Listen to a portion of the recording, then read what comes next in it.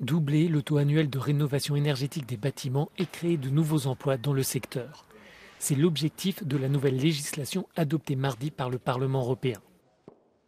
Les eurodéputés ont validé la refonte du texte sur la performance énergétique des bâtiments, la dernière et la plus controversée des trois réformes dans le secteur de l'énergie. La loi doit jouer un rôle central pour permettre à l'Union européenne d'atteindre la neutralité carbone d'ici 2050. We can't do that tomorrow. We do it in bite-sized chunks. So over time, we will gradually improve the energy performance of buildings. And this is a huge benefit to people living in them. It will mean healthier buildings and lower heating bills. And I also say that particularly with the price spike caused by Putin's war in Ukraine, if we insulate homes, we isolate Putin.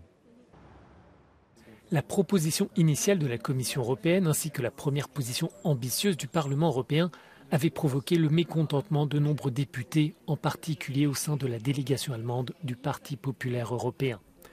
Elle prévoyait l'obligation de rénover et d'améliorer l'efficacité énergétique des biens immobiliers résidentiels.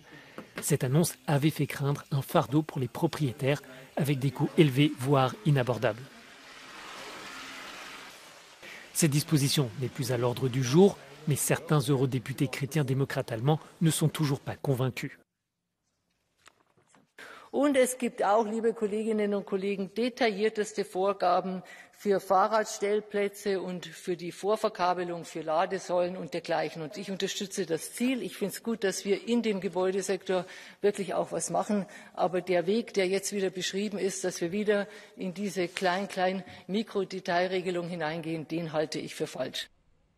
Les bâtiments représentent environ 40% de la consommation énergétique et 36% des émissions de gaz à effet de serre dans l'Union européenne. Toutes les nouvelles constructions devront être à zéro émission à partir de 2030, selon la nouvelle réglementation.